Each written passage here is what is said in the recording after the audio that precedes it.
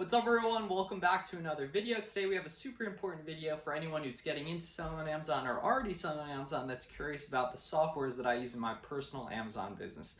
That's right, we're going to go over all the different softwares I use in my Amazon business, why I use them, their cost, their value, and all that. So it's going to be a pretty interesting video. Before we get into it, just make sure to subscribe below if you're new here. Thank you so much for checking out my channel, and if you're a regular, I appreciate you a lot as well. We're uploading all throughout July daily, so make sure to subscribe below.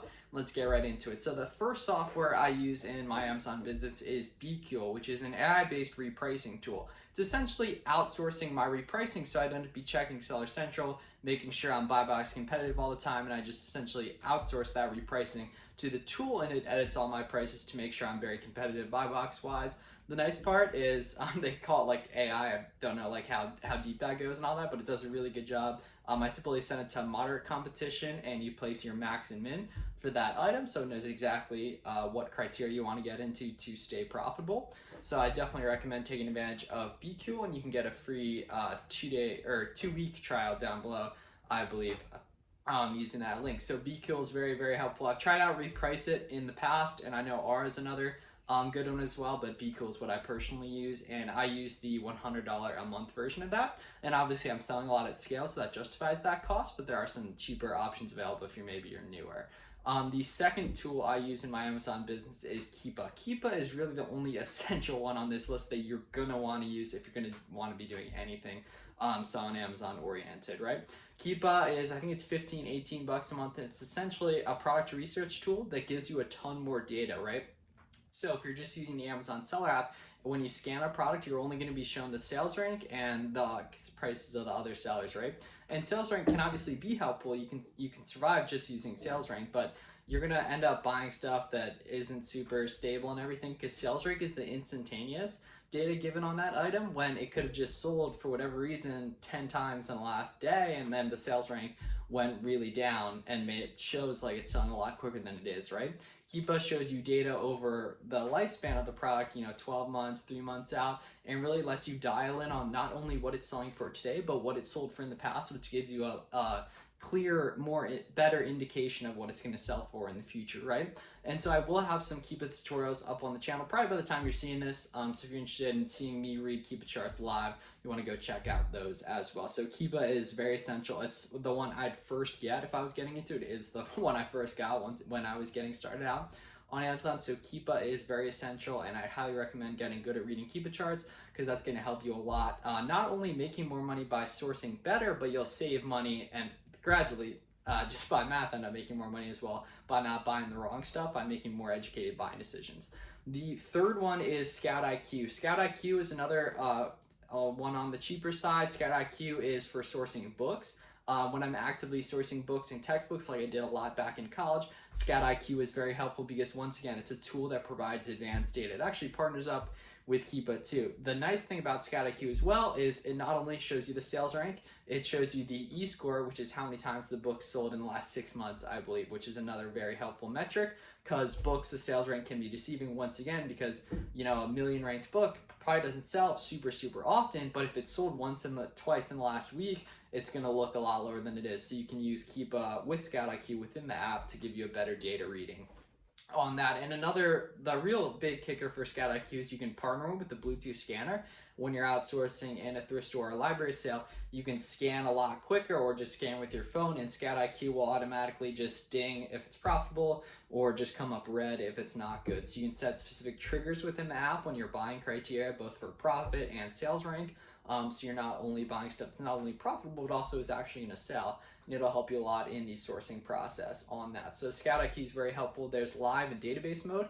I am a bigger fan of database, just so you have all that data available. That's the more expensive option, but you're not waiting for it to load all the time and update instantaneously. Data is helpful also. Like sometimes, like when I was sourcing books heavily, I would like go to some people's houses to pick up free books, like pre-pandemic and everything, and sometimes like the Wi-Fi isn't the best, especially in some thrift stores. You can get screwed by that, or libraries too. So I'm a bigger fan of database mode. And the nice thing with all these ones, all the softwares we mentioned below, you can actually get free trials, so you can test this stuff out for a week or two, figure out if it actually works out for you, and really validate the idea. And ScoutIQ is another one you can get a free trial 2 weeks, I believe, on the ScoutIQ one, if you're interested in that. So ScoutIQ is great, mainly for booksellers. It's actually created by an awesome bookseller, Caleb.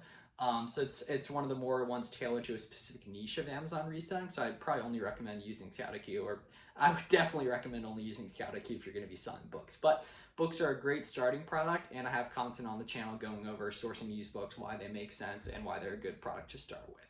So the fourth one is tactical arbitrage. Tactical arbitrage is once again a specifically more niche one. It's mainly for online arbitrage and a little bit of wholesale. I found a nice niche kind of within tactical arbitrage, partnering up with Tactical Expander, which I'll have a video coming out on. But tactical arbitrage is basically an online arbitrage sourcing tool mainly that goes out and essentially like you press a search for a specific type of brand or product, and it'll go out and search the web, going through hundreds of sites to find different things, right?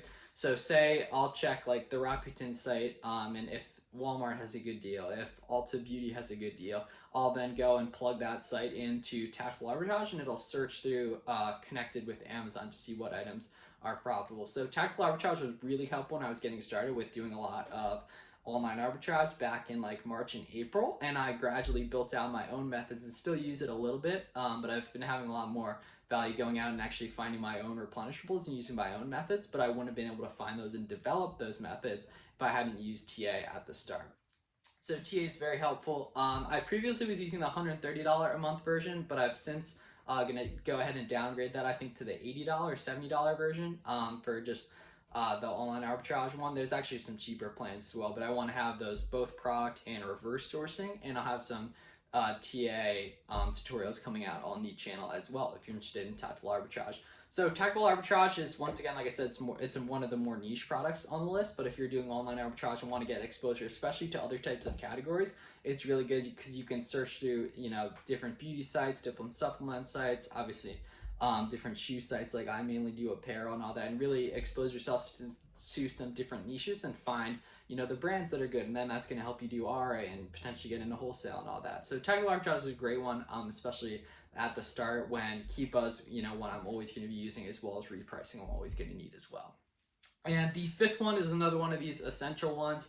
Probably one you're going to want to get into once you actually have some Amazon cash flow, because InventoryLab is fantastic for both the accounting side of things, so making sure you know your P&L, profit and loss, cost of goods, all that, as well as going ahead and listing stuff a lot quicker. The way I list with InventoryLab, which I have a video coming out on, I actually just partner with my Bluetooth scanner and scanning the items in, add in my buy cost, and then essentially just match the buy box normally. And then a few hours later, once that's listed in, I go in, and once BQ updates, I then enter in my max and min repricing on there, and that's hands off until an item sells, and I go ahead and ship it out, or creating a shipment to send an FBA, go ahead and label all that and send those out. But InventoryLab is super helpful. It's $50 a month. I don't know, I think they have a free trial. I'm not an affiliate or anything for them. I'm trying to be, but yeah, so I think it's $50 a month, and it's really helpful.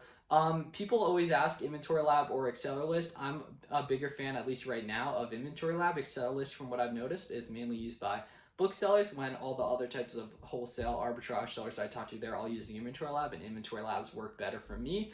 I can pull out nice profit and loss statements once a month, once a quarter when I need those for different things, and just really gives me a good sense of where my business is at, as well as helping me list stuff a lot quicker. I used to really dread listing stuff until like 2 months ago, and I started using InventoryLab to list, and now it takes a lot less time to list, because when you list through the Amazon Seller app, you're scanning stuff in individually, and you have to type in the SKU and everything. If you want custom SKUs, which I highly recommend doing just for tracking purposes in your own head, and then in your own business, obviously. And then InventoryLab makes it easier because it automates the SKUs. Pricing, normally, if you want to just match buy box, that's what I do. Just type that in, you just enter in your buy cost, source, and then it's all good to go. And once you set up those custom SKUs for tracking and all that. And the nice thing is with InventoryLab too, not just in the custom SKUs, it'll actually track your sources as well. Like, so you can enter in like Goodwill 1 town, Goodwill 2 town, or like Nike outlet and all that, and that's super helpful as well. And yeah, I did mention it prior, but InventoryLab is $50 a month. So yeah, those are the softwares I use in my Amazon business currently. Those will probably change as we move along, as I move more into wholesale. Probably start using Helium 10 and Smart Scout, but I haven't yet, so I can't speak on those. But yeah, so those are my software recommendations that I personally use in my business. I'm a full-time seller, and those are what I use. It's always evolving as new and better tools come out, tools change and everything, but for right now, those are what I use. And if I don't already, I'll have tutorials coming out for each of those on the channel. Thank you so much for watching. I really appreciate it. We're posting all throughout July, so make sure to subscribe if you want to see more content, and I will see you guys in the next one. Thank you so much.